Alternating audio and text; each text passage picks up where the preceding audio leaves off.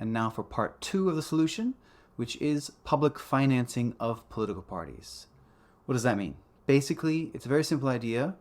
It's that a small amount of money is allocated to each political party with each vote. This money comes from taxpayers. It's not much. It's a very small pot of money, really. The proposal is to ban money coming from corporations, and in future videos we'll talk about proposals to ban money from individuals as well and why we need to do that. So the idea is that we limit where political parties can get their money from. And the main source, if not hopefully the only source of money that political parties will get, is directly from votes. And this is really important. Let's hypothetically say that political parties can only get money through their votes. This is a really, really good move. It's a really good solution because it aligns political parties with citizens. They're not getting money from corporations. They're not getting money from wealthy individuals. That means that the number of votes a political party receives determines how much money they make. Traditional sources of political party finances, like memberships, have been declining for decades. So political parties have not been getting money from memberships. Those have been declining.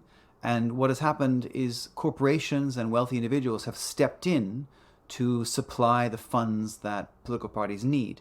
But this has come at a great cost to us and our democracies because this is a corruption of the democratic process. It means that some voices, i.e. corporations and wealthy individuals, have gotten a lot louder, and now political parties listen to the people and the organizations that give them money, and they don't listen to voters.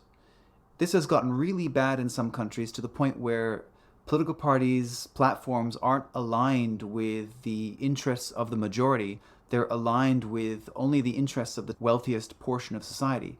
That's not a democracy. And so if we get rid of corporate financing, we get rid of individual donations from wealthy individuals, and we have public financing of political parties where they only get their money from votes, then this realigns the interests and incentivizes political parties to listen to voters, because that's where they're going to get their money from, right? Some pretty good democracies in the world already use public financing.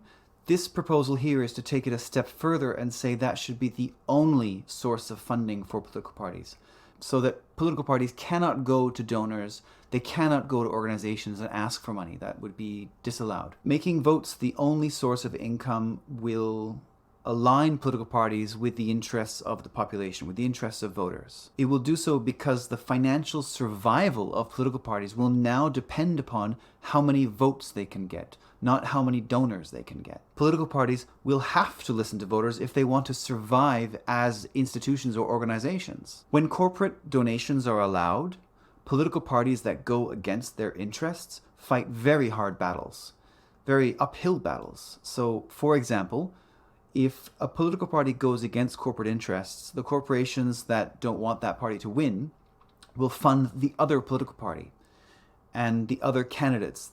All political parties and candidates know this in such systems, and so they're very reluctant to speak out against corporate interests because they depend on the donations, or even if they don't get donations, they know that speaking out against corporate interests will cause corporations to give their opponents much more money. It sometimes goes further than this, and corporations will engage in character assassinations or undermine the reputations of political parties or candidates to prevent them from winning. If we remove the possibility entirely of any political party receiving corporate donations, then it really changes what political parties can propose. Their policy platforms can be and will be much more aligned with the general public because they will be seeking to win votes as the only source of income for them. They will also not need to worry about their opponents raising more money than them from corporate donors. So these changes will make a quite radical shift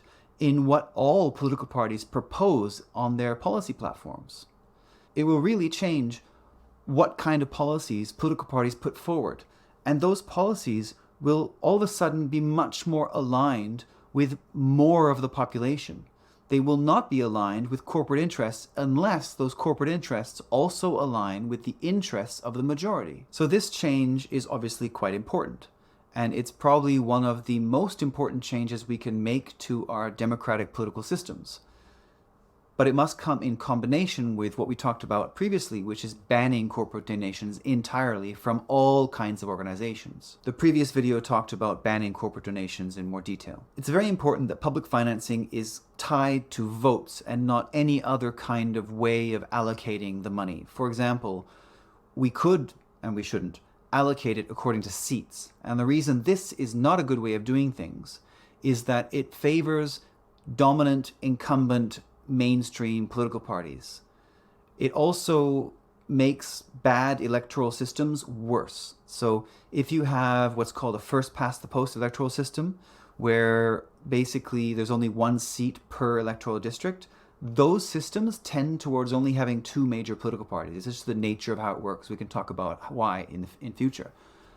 But if you have those kinds of systems as well as allocating money based on seats, it really disadvantages smaller, newer parties. And for a good democracy to thrive long term, we need new parties coming up with new ideas all the time, because old parties might be stuck in their ways, they might not have the best ideas all the time, and we want new competitive political parties to be always biting at their heels, proposing new things for the population to think, maybe that's a good idea, maybe not. So for a vibrant democracy, you want lots of new political parties.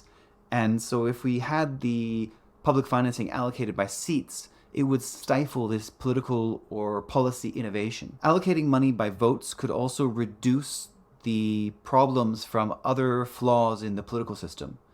For example, if you have very gerrymandered electoral districts, which is when the districts are drawn very, very poorly to favor one political party over another, in those circumstances, if money is allocated with each vote, then even if a political party is disadvantaged because of the gerrymandered electoral districts, they still are going to get money from each vote. But if they were allocated by seats, then the gerrymandered districts would always favor one party winning the seat, and then that party would always get the money. And so this is one very good example of why allocating public financing by seats is a really bad idea, because it can make already bad political systems or already bad electoral systems even worse. Whereas allocating it by vote can make bad electoral systems a little bit less bad, because the parties still get the money depending on the votes, which allows them to compete in the next election. So now there's a problem that the astute among you will have realized, and that is, what about new political parties that have never competed in an election and they've never had anyone vote for them? They have no money, right? There's probably many solutions to this, but one that I think might work is for new political parties that have not competed in any elections before. They can access a pot of money to compete in the election if they collect a certain percentage of signatures. The way it would work is that for the electoral districts that they wanted to compete in for the first time, they could collect a certain percentage of the voters in that district's signature to say, yes, this is a good political party and we want this party to compete in the election. And if the party gets a certain percentage of the signatures, and it could be quite a low percentage, then they get some money. And we could even say that the percentage of signatures that they get could determine how much money they get, because you could think that the percentage of signatures, if it's higher, that they might have more public support as a new party. There's reasons against this, of course, too, and we would have to put in place some limitations to prevent, for example, wealthy individuals from paying people to go out and collect signatures. And that will be part of a future video about not letting people have self-funded campaigns. But for now, let's put that aside. So this would give new parties access to money to compete in elections for the first time. But this mechanism would only be permissible or only accessible for the first time that a party competed.